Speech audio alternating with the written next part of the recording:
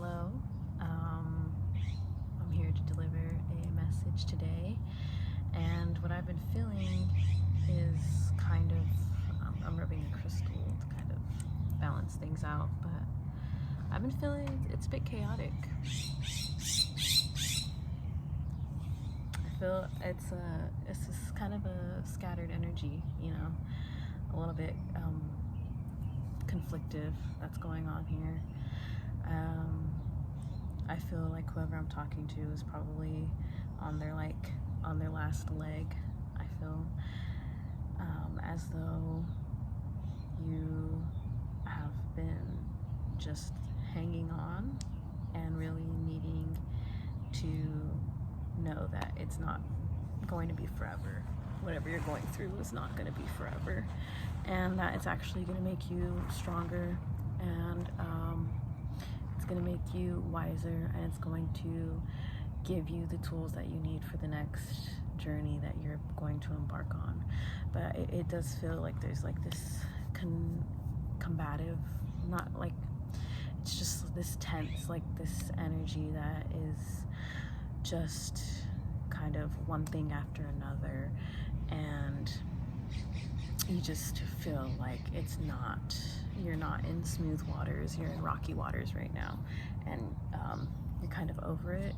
You might just be like low on a bunch of things, like you're like, I'm not just hungry, I'm tired. I'm hungry and tired, and my head hurts, and then something else happens. It's like that kind of energy, and I feel like you just need some reassurance that you're on the right path, and that you are going to see the end of this, and that you're going to be better on the other side. So I just hear one thing after another, one thing after another. So if you're going through just one thing after another, count this as like a message that it's just keep going. It's going to get better, and you're going to get better. Oh, see, my cat's freaking out right here. He's tripping. Okay. Oracle deck. Let's see if we can get some messages. So, yeah. I feel like there's just like something you need to just release. One thing to release before the next stage. There's like something needing to, it's like the last little straw that gets pulled, and then the whole tower comes down, and it's like that needs to crumble. It's so tense because it's trying to stay up, and it's trying to stay like functioning, but it's just not, it's not meant to, and it's just so much tension trying to keep something that is falling apart together. That's what it is. Yeah. The Wonder Hunter. 333 on the clock. See that? It's a lady. She has butterflies on her cape. 42.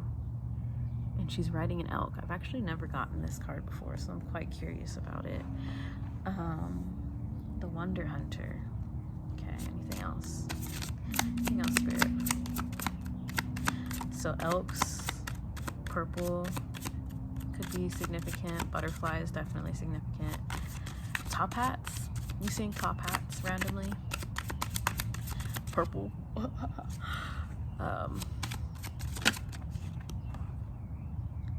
Spider Woman.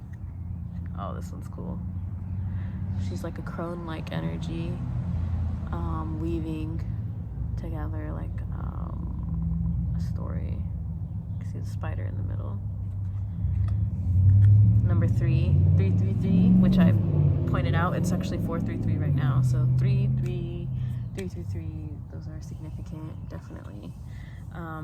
Threes usually, I feel like, symbolize mind, body, spirit. You're connecting all facets together, and they're all merging together, and that is an intense energy a lot of times, but it's also a good energy to know that your spirit and your mind and your body are all together, so you're not alone.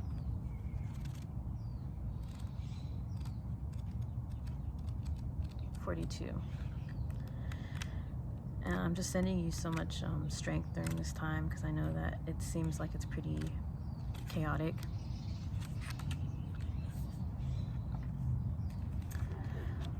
Wonder is the state of our original self. Babies gaze at the world with wide eyes, taking in every marvel. Somehow, as we grow, that sense is overwhelmed by practical concerns and survival skills, by fitting in, by finding a way to conform to demands of our environment. But the wonder never leaves. It may go underground for a time, but you can feel it when gazing at the moon, the stars, the micro-universe of a single flower in all of its detail. Wonder is nourishing to the soul and keeps our child heart alive and thriving. To live in wonder is to allow ourselves to experience our own belonging, to ourselves, to the world itself, and to the great mystery of all things. Now is the time to put practical concerns to one side and allow yourself to marvel. Take a walk in nature and observe the many tiny miracles around you. Search the clouds for friendly shapes, or sit by a river and listen to its babbling stories. You know you cannot live by logic or emotion alone. You are aware that the wide world is a never-ending story full of surprises and splendors. You trust the universe in its benign generosity conspires to delight you, so you take time to open your heart wide to receive blessings both tiny and great. Mostly this looks like standing in awe, willing to be astonished. As Kafka once said, remain sitting at your table and listen. Do not even listen, simply wait. Be quiet, still, and solitary. The world will freely offer itself to you to be unmasked. It has no choice. It will roll in ecstasy at your feet. Yeah, the tower crumbling. The practical world, the things like you should be focusing on, you should be like, are crumbling away, and you're left with what you truly care about and what you truly want to pour energy into and what gives you energy as well. And it's just that tension of trying to maintain those practical means when you have a deep pool in your heart to investigate your curiosities, investigate what lights you up, and to pour energy into that. So I think that's where the tension's coming in, is trying to maintain these two when one is demanding to be broken and one is demanding to be filled. I think that might resonate with you. And then the Spider Woman. I love that.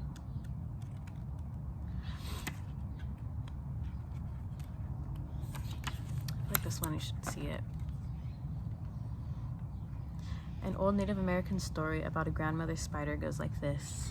Once upon a time, a mighty hunter went searching for a symbol of hope and survival for his people. He embarks on a quest to find their sacred animal, wondering if elk or deer or buffalo might appear. Instead, he runs into a giant spiderweb, face first, meeting Grandmother Spider. Why have you interrupted me, Grandmother? You're not powerful like buffalo or swift like deer. How am I to share you as a symbol of power? Grandmother Spider answers, you who run over the plains and forests looking for a symbol like deer and buffalo, animals that roam the meadows in search of sustenance, spending so much energy. How much more powerful am I that I can build a net and let my food, my answers, come to me? I have no travel, no big expenditure of energy. I simply build my silk net and let sustenance come to me. Now is the time to build your net. The answers, the resources, and the solutions will come to you. You create an intentional web. Line it with silken hope, thoughtful preparation, and badass skills. Then invite, wait, and watch. Trust Grandmother Spider's example and allow the answers to come to you. Yeah. So both are about kind of sitting instead of trying to make things work. Allow things to fall apart as they may. Don't try to be 10 steps ahead of anything at this point. Just let things be where they need to be. Let things be where they need to be. Cleanse the energy. This chaotic energy, it's like you know something is happening, but you're trying to fit the pieces together when the universe when Source, when she has a greater plan, like she has all the steps already laid out. All you need to do is exist and follow your interests and follow your curiosities. You don't have to try to stimulate what's going to occur. It's gonna already happen, you know?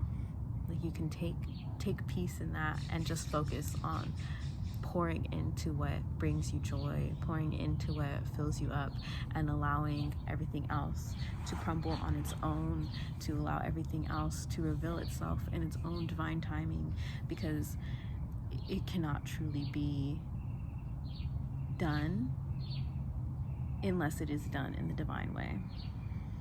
And it will happen how it needs to happen. Trust. Get some tarot for clarification. 4 of Swords on the bottom of the deck. Rest. That's another. It's a stillness. This is kind of just a reminder, energy to just ground yourself. You don't need to make major moves. You've already done the work, and everything else is kind of just playing out how it needs to play. And you can take comfort in that, take peace in that, to know that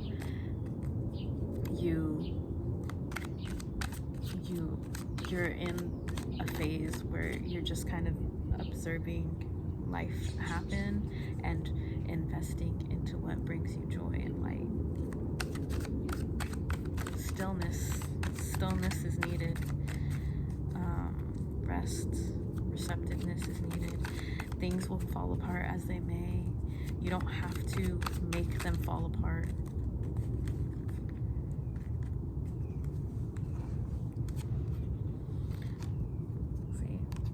So we have the 7 of Swords. It's not focusing. And the 3 of Wands. So the 7 of Swords is like, for me in this sense, with the 3 of Wands, it's this energy of trying to stimulate expansion. Like trying to make things happen in the background, trying to get the swords away, like sifting through it all when expansion is happening.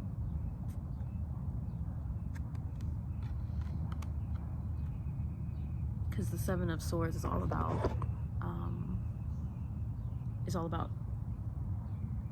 taking things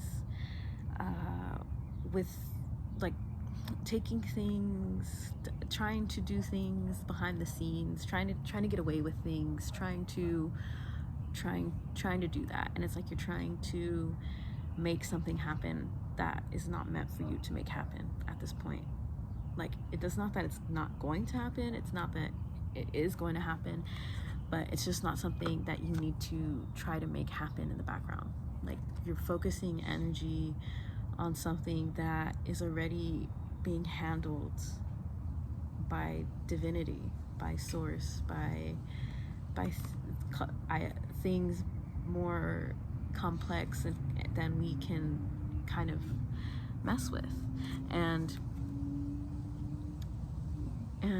it's pulling away from just the natural expansion. Just the 3 of Wands is all about just embracing, embracing creativity, embracing creative expression, embracing joy. You're literally, it's like, looks like he's pulling energy away from the creative expansion. Don't focus on that stuff. Don't focus on trying to make things fall apart or fall together.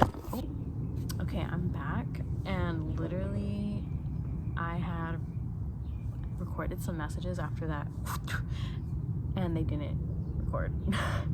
So I think, but where I was at when I noticed it, I think this message was meant to be delivered. So I ended up pulling the Hermit as well and the High Priestess.